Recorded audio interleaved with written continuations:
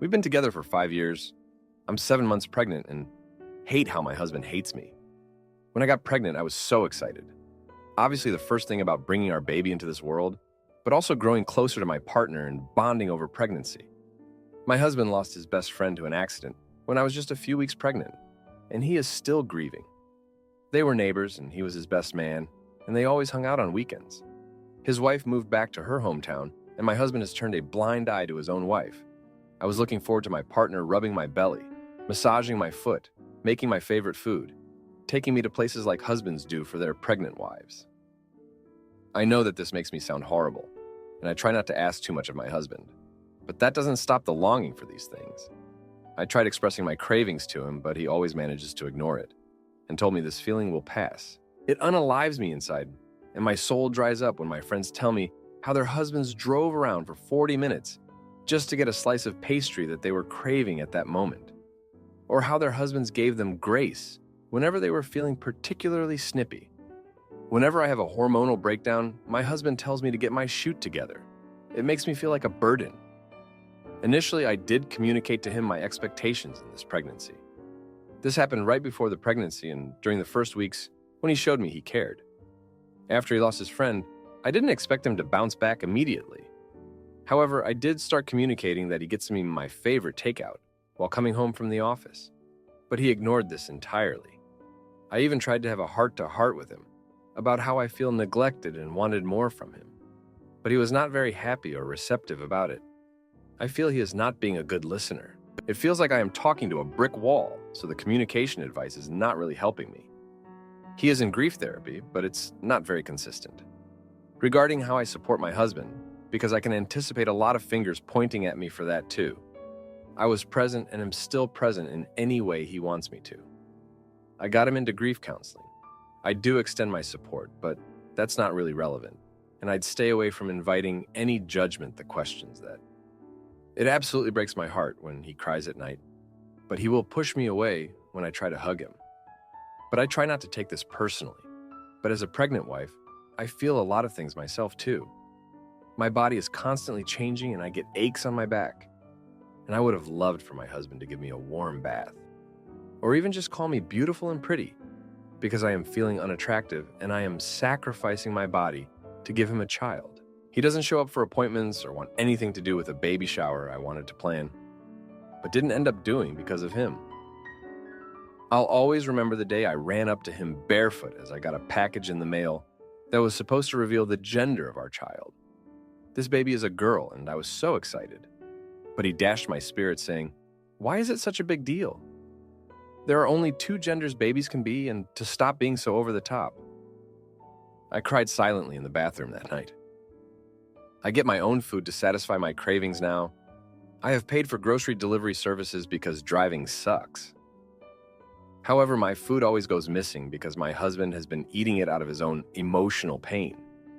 It makes me feel so freaking angry, but I can't say anything to him because when I did in the past few times requesting he not eat my food, he says to stop turning food into war, and then I feel self-loathing again. I feel like I can't do anything about this. My feet feel swollen and I've been wanting foot rubs so bad, and I know my husband won't entertain me at all. He doesn't even look at me and almost feels like he resents me. I am just grieving that I'll never have a memorable pregnancy. And these 9 months won't be the time I'll look back on fondly. My husband makes me feel like I'm some sort of a needy monster. I hate myself. Mama's here. Do you think this is an acceptable thing? How do I get my husband to care about me? Now for a few comments before the update. Comment 1. I'm going to try to be as easy as I possibly can about this because your hormones are wonky and I don't want you to get too emotional. Your requests are valid. You are doing a good job as a partner and as a mother. You have needs, and unfortunately your husband is not meeting them. He's not even trying. There's an old saying, when they show you who they are, believe them. He has shown you what kind of father he will be. If he cannot give you the bare minimum support while you carry his child, he won't willingly support you or your child postpartum. I'm not a huge fan of ultimatums, but your post has made it clear that you have done everything short of leaving to get him to make an effort. It's ultimatum time. Either he goes to individual therapy and starts to make a genuine effort, or he will not be a part of your daughter's life. He will not be in the delivery room. You two will go somewhere else upon discharge from the hospital, and you will serve him divorce papers as your push present. It's time to stand up for yourself and your daughter. Comment 2. I don't know if you can get him to listen. It seems like he doesn't care. I would recommend planning an exit strategy. The father of my children acted similarly. When we went for the first ultrasound at 20 weeks, I was so excited for us to find out the gender together. He made me drive while he slept. It was an area I wasn't familiar with, and I got lost. I had to wake him to help me find the place. When I finally found the place, he refused to go in with me. He chose to sit in the waiting room, and I went back for the ultrasound, feeling defeated and deflated. The ultrasound showed that I was having twins. I walked out to the waiting room, so excited to tell him, and all he said was, "What?" It never got better. I stayed with my parents the first 2 weeks after my sons were born, which made him angry. I was hopeful he would be helpful once we came home, but of course he wasn't. When my sons were 3 months old, I left him. Unfortunately, he was never the person I wished he would be. I'm sorry that you're going through this. Now, for the update. Hey everyone, thanks for all the comments on my last post. It's been a few days, and boy, do I have an update for you. So, after I last posted, things took a turn. I decided to confront my husband about everything, but before I could, he came home with a surprise. He had actually remembered my favorite takeout. I was shocked. For a moment, it felt like the old times. But when I thanked him, he just shrugged and said he was tired of eating the same food and wanted something different. My heart sank. It wasn't for me. It was for him. That night, as we sat in silence eating, I couldn't hold it in anymore. I told him how much his distance was hurting me. He exploded. He said he was tired of me making everything about myself when he was the one who lost his best friend. I reminded him that I was here for him, that I got him into grief counseling. But he just scoffed and said that he didn't ask for any of it. The argument escalated, and he admitted something that left me reeling. He said he felt trapped by the pregnancy and that he wasn't sure if he was ready to be a father. I couldn't believe it. This was the man who, before his friend's accident, had painted the nursery himself, choosing the softest shade of yellow because he read it was calming for babies. I cried myself to sleep that night, alone, as he chose the couch over our bed. The next day, I found out why he might be feeling trapped. I was going through some old photos trying to find a picture of him and his friend to frame for him, when I stumbled upon a series of emails on his laptop. They were from his late friend's wife. They were planning to start a business together, something they had dreamed of since college. My husband had never mentioned this to me. The emails stopped abruptly after the accident. It was clear that my husband's grief was not just about losing his friend, but also about the future they had planned that would never come to be. I felt a pang of guilt for not realizing how deep his pain went, but also anger that he hadn't trusted me enough to share this with me. I confronted him about the emails, and he broke down. He admitted that he felt lost without his friend, that the business was supposed to be their big break. I tried to comfort him, but he pushed me away, saying that I wouldn't understand. The next day, I had a doctor's appointment, and I begged him to come with me. He reluctantly agreed. But when the doctor asked if we had any questions, my husband didn't say a word. It was like he wasn't even there. I asked about the backaches, and the doctor suggested prenatal massages. I looked at my husband, hoping he'd offer, but he just stared at the floor. When we got home, I found my stash of pregnancy snacks had been raided again. I was furious. I confronted him, and he said he was stress eating, didn't think it was a big deal. I told him it was a big deal to me, that those were the little things I had to look forward to, and he was taking even that away from me. He stormed out of the house and didn't come back until late at night. I heard him crying in the bathroom, but this time, I didn't go to him. I couldn't. I felt so alone, carrying our child, dealing with my own pain and his, with no end in sight. The next morning, I woke up to find him making breakfast. It was awkward, but for a moment it felt like we were a team again. But then he said he was going out for the day, to clear his head. I asked him if we could talk when he got back, really talk about everything. He nodded, but there was no conviction in it. He left, and I haven't seen him since. It's been hours, and I'm sitting here wondering if he'll come back, if we can ever get back to the place we were before, if I can ever stop feeling like a needy monster for wanting my husband to be there for me during our pregnancy. My boyfriend spends Valentine's Day with another girl, tells me we're not sexually compatible, but after a kiss and a call from her, he's off to sort things out, and now we're deciding our future. My boyfriend currently is not living with me. He's staying with his mother about 4 hours away, because he's about to start works on the road, so right now we are doing long distance. Yesterday was Valentine's Day, which doubles up as our anniversary for when we made our relationship official. I was pretty sad that we couldn't spend it together, but he's coming out on Friday and we can spend the weekend together. He and I barely talked yesterday. Excluding the fight we had, we probably spoke for about 2 minutes on the phone and only texted once to say good morning and happy Valentine's Day. No communication on our anniversary. He called me at like 8 p.m. and I was excited, thinking finally here's our call for the day. But instead, he's in someone's car on the way to the bar. He told me he was going to the bar with this girl he's been hanging out with every night, that she and her boyfriend got in a fight today. So he took her out for dinner to cheer her up, and now they're going to the bar because she's going to try and pick someone up to get laid. I got pissed immediately. I was basically ignored all day on Valentine's Day so that he could take some other chick out on a date. I hung up and he and I bickered over text for a bit, and basically, his defense for this was, her and I aren't even sexually compatible. I told you because I wanted to be honest. If I was cheating, I would have lied to you. I am really upset, to the point I'm not sure I want him coming here anymore. He's making me feel like I'm crazy for being upset because I know nothing went on, but it still feels inappropriate to me. I honestly never get like this, but I don't even think I feel comfortable with him hanging out with this person anymore. Is what he did inappropriate? Or am I possibly just being too sensitive? Would it be silly to tell him to cancel the trip to see me over this? I'm mad now, but this would be the only time I can see him for months. Update. So I have spoken with him. He agrees that the situation wasn't very ideal and apologized for how yesterday went. And I have to admit, I made this post in a very bad headspace, and I have very black-white thinking. Because I was upset when I posted this. I made it sound worse than it was. He isn't cheating on me. I have no reason to believe he is.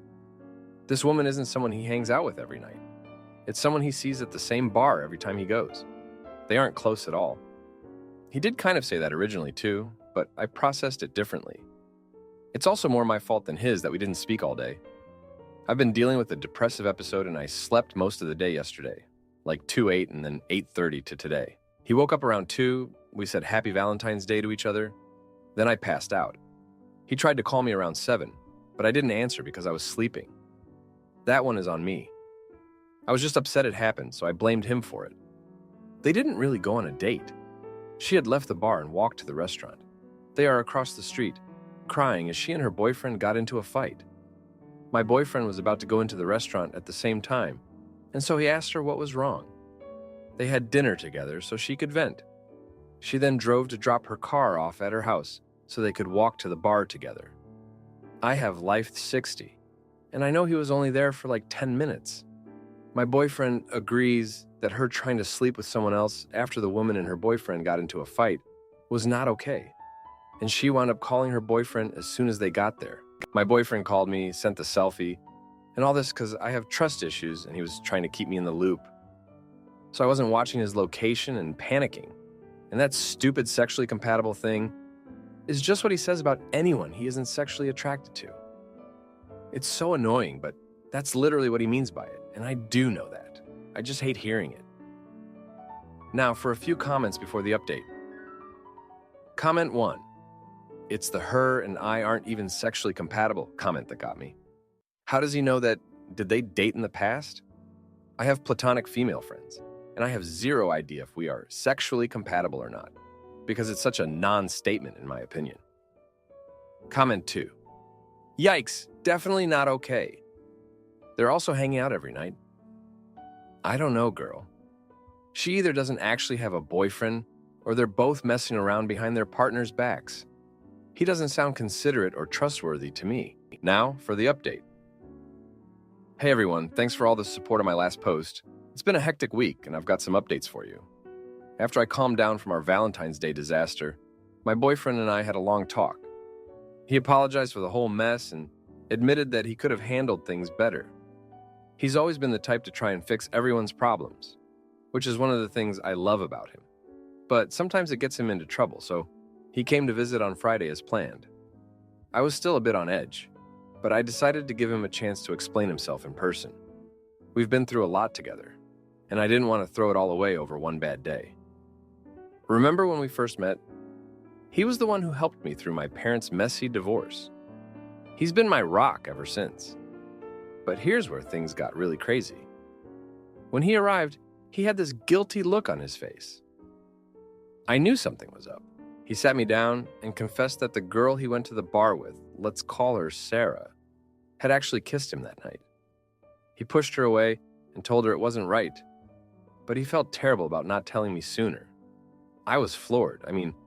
I trusted him when he said they weren't sexually compatible, but a kiss? That's a whole different level.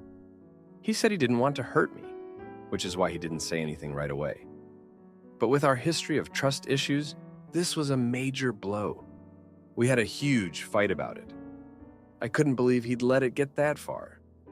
He kept saying it was a mistake, that he was just trying to be a good friend to Sarah. But it didn't sit right with me. It was like all those times he'd been there for me suddenly didn't matter anymore. In the middle of our argument, his phone rang. It was Sarah. She was hysterical because she'd just broken up with her boyfriend for real this time. My boyfriend looked at me, and I could tell he was torn. He's always been the one people turn to for help, and I've always admired that about him. But this time, it was too much. I told him to go. I needed space to think, and he needed to sort out whatever was going on with Sarah. It hurt to see him leave, but I knew it was for the best. We've been through rough patches before, like when he lost his job last year and I had to work double shifts to keep us afloat. We always managed to pull through together. He came back later that night and we talked until the sun came up. He promised that nothing like this would ever happen again. He said he'd cut ties with Sarah if that's what it took to make things right between us. I could see the sincerity in his eyes and I wanted to believe him. But then, another bomb dropped. He told me that he'd been offered a job in another state. It was a great opportunity for him, but it meant even more long distance for us. We'd been doing the long distance thing for a while now, ever since he started working on the road. But this was different. This was a permanent move. I didn't know what to say. Part of me was happy for him, but the other part was terrified of what it meant for us.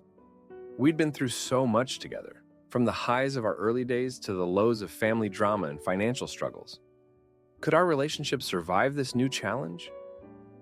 We decided to take a few days to think about everything. He went back to stay with his mother, and I stayed here trying to sort through my feelings. It's been tough, not knowing where we stand or what the future holds for us.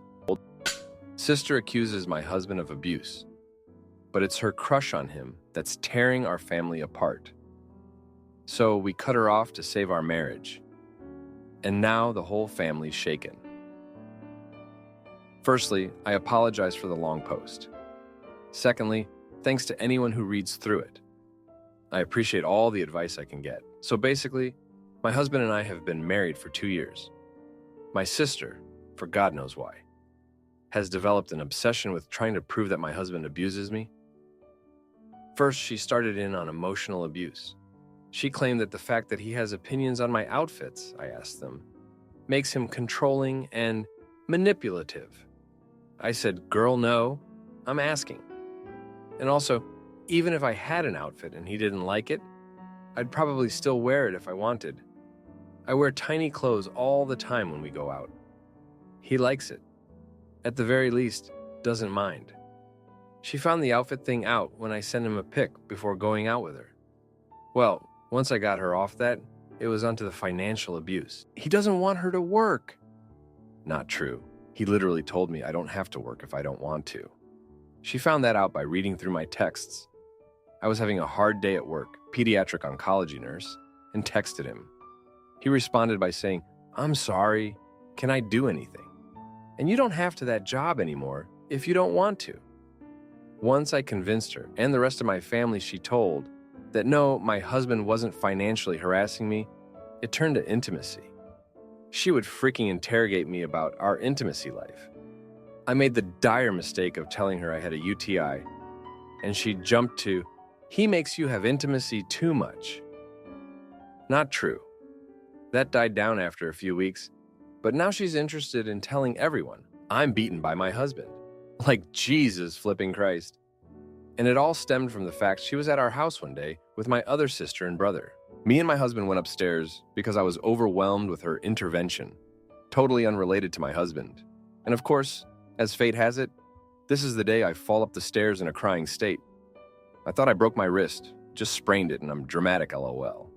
And I had a few bad bruises on my forearms from where I caught the banister. Obviously, this turned into, her husband shoved her down the stairs. Like, I love my sister, but God, I can't handle this. My husband finally snapped at her, causing a bad argument between him and my other sister. My brother took our side. Like, she's literally splitting our family. And over what? What the frick do I do? There's simply no way a lot of people have dealt with this, but if you have had anything similar, what did you do? Anyone else have a crazy sister? I don't want to cut my sister off, but there's no seeming to be any other options. I'm open to hearing if any of you have them. Now, for a few comments before the update. Comment 1. Boundaries. It might sound harsh, but your family is your responsibility and your husband should not have to put up with this. If she mentions him in a negative way, you leave. If she wants a relationship with you, she has to respect your spouse. Period. It might be helpful to think of yourself as the mommy's boy we see on Reddit all the time, with your sister being the mother-in-law from hell. Stop putting him through that. You're trying to be a good sister, but in reality, you're not being a good wife. Boundaries. You are in charge of yourself. You will not allow anyone to disrespect your husband. If they do, you leave. If they continue, no contact. Your sister can decide if she prefers a relationship with you or not. Comment 2. I'm honestly baffled by her behavior because even if you were in a hurtful relationship, her actions are not how you get a loved one out of that kind of situation.